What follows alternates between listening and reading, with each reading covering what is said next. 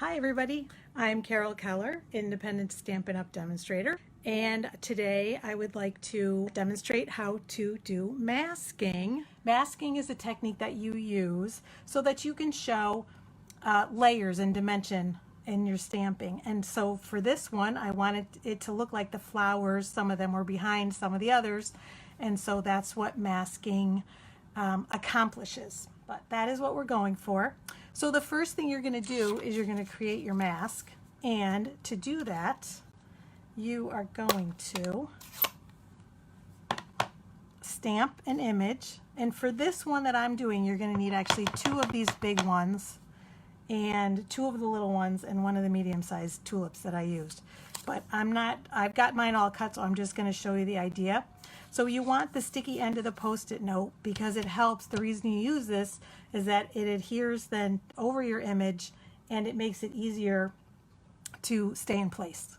So you're going to stamp the first one, and I'm going to get as much of the image towards that edge as possible, so that's why I'm stamping it sideways, and it doesn't matter that it's a little goofed up, because then what you're going to do, you're going to stamp all of your images, and obviously you need a couple of different sticky notes, and then you're going to cut them out, and you're going to cut them really close to the line, and I'll show you why later. So I'm not going to cut the whole thing out, but that's the idea. You stamp the image on your Post-it note at the sticky end and then cut it out. And now we're going to start on our project. So for this one, I am going to put this away for a minute, and we're going to go in order. So the first thing I want to do, there are actually two images on here that are considered to be in the front of the bouquet. It's this one and this one. So the very first tulip is the medium-sized one, and I am going to stamp that in Pineapple Punch. And this is actually So Saffron on here, but I was playing around with some colors and I changed it up, and this one is actually Blushing Bride, but I'm going to use Rococo Rose today because, you know, you got to change things up. So all right, I've got my medium-sized stamp, and I'm using my Pineapple Punch, which sadly is one of our retiring in colors. I'm very sad about that because I love it. But with each new catalog, we have 5 new in colors and 5 that retire from the old ones, so that we're always kind of freshening up the collection and changing it up. So I stamped my Pineapple Punch, and I'm good with that. And now next to it, and again I changed the design just a tiny bit. Next I'm going to do Petal Pink with the small one, and like I said, I changed the design a little because I like this better. I'm going to move it a little bit closer so that they're right next to each other. And clean my stamp because I'm going to use that again in a minute. And so far easy peasy, just like you would normally do. But now the fun begins, because I want to stamp the blue, the balmy blue tulip, but I want it to look like it's behind the Pineapple Punch. So I'm going to take my mask that I cut out, and you're going to lay it right along the edge as close as you can, right over that tulip that we punched. And I'm going to get my balmy blue, and you want to go close to the edge because when you do this, that paper, that sticky note adds a little bit of a layer, so you really want to make it close, otherwise it creates a little bit of a barrier with the paper and it leaves a little white edge, and you don't want to do that. So now I'm going to take my small tulip again that I cleaned, and I'm going to overlap it with that tulip. And I'm going to give it a really good press so that it goes right up to the edge of that sticky note.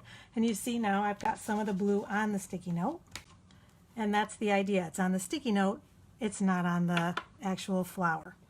So normally I would show you what's underneath, but I think I'm going to show you at the end after I do all the different layers.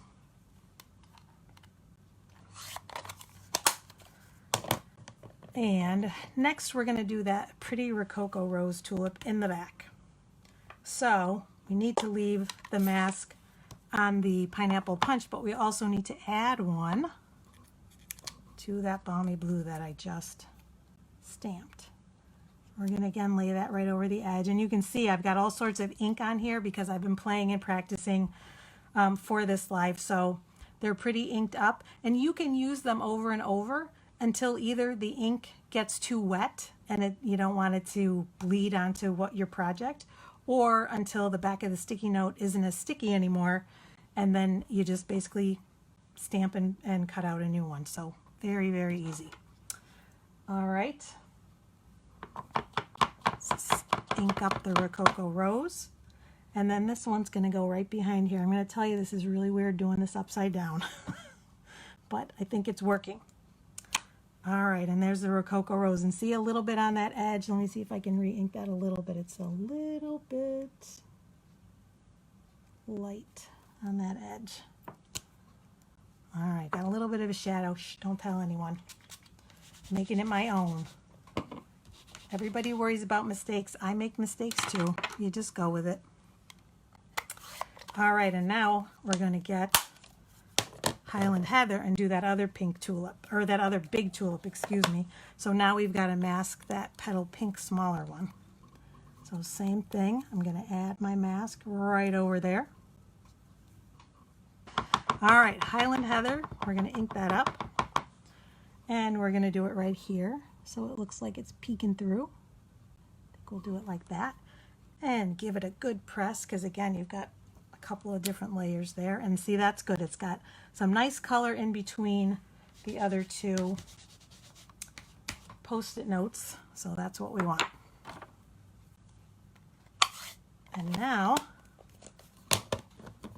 we're getting there, but now we've got to cover up those big ones so that we can get our last tulip. Lost my sticky note, sorry about that. Whoops, crazy camera. And put our last tulip in between. So again, lay it right down there. Then I'm going to take my Mango Melody ink, and let's see if I can recreate what I did. And we want the medium one, Mango Melody, and we're going to do this one in between, so it looks like it's peeking from behind. And I like that because it's going to overlap. It's going to have a nice overlap of the other tulip, which is what I was going for. So now basically everything's covered, and I left it covered because we have to do the stems as well and the leaves. So for the stems, I basically just did a bunch of them because there are a bunch of flowers, and I did not use any masking because we're going to end up covering it up just like I covered it up here with the sentiment. I'm actually going to cover it up with a little bow today, I think, because I was playing with that before too. So, and now here's where, you know, the stem is long, and that's okay. We're going to overlap it onto our paper. That's why we put paper down underneath where we're stamping so we don't get ink on our tables. And I'm just going to put some stems,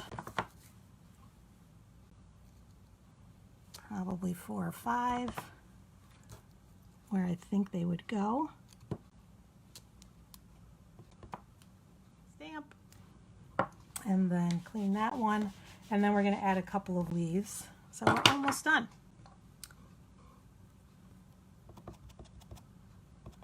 All right, so we're going to add a leaf, and I want to overlap these with the flowers too so they look like they're peeking behind. So I'm just going to kind of line it up with the stem and overlap that flower a little bit.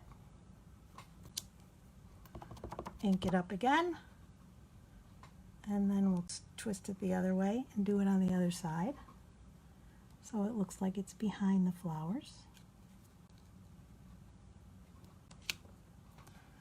And see, it looks messy right now and you're thinking, oh no, did this work? But we're about to find out. See, that was quick and easy though, right? And with some of these, especially because I want to do a lot more of them, I cut out a bunch so I can make a lot more of these. With some of them, I would use my Stamparatus, and the reason I'm not using it for this is that I'm using the stamps, the same stamp for both of these flowers, the same one for both of these, and the same one for both of these. So because of that, I only have one set of stamps, so I need to do it by hand and not use the Stamparatus, sadly, because that would be my preference. All right, now for the unveiling. We're going to take off our masks because they are not very pretty. Just pull them right off. And then we start to see our colors underneath. I'll tell you, this is a very sticky note, which is good, but you want to make sure you get it all off too. And there we go. There's our beautiful bouquet of flowers. And let me see if I can find it. Oh yes, I used some of our double-sided ribbon that's got Coastal Cabana on one side and Granny Apple Green, which is the same ink that I used, and I tied a bow. And then I was going to just put it on that. I made sure it was Granny Apple Green showing, and that's what I'm going to use to finish, and probably put a sentiment up here and then layer it on some cardstock. So if you want, I'll give you a bonus tip on how the easiest way that I find to tie a bow. So in this case, I wanted to have the Granny Apple Green side showing. So I start right from my roll of ribbon, and I make one loop and wrap it around. And now because I want to show the green on both sides, I've got to twist it back here so it still shows that green side. And I apologize that this is upside down, but I don't think I could do it any other way. And then just kind of play with it till I get it to the size I want. And actually, I want that green showing. Let me see, I'm going to retie that because it's showing the Coastal Cabana and I want the green. Twist it.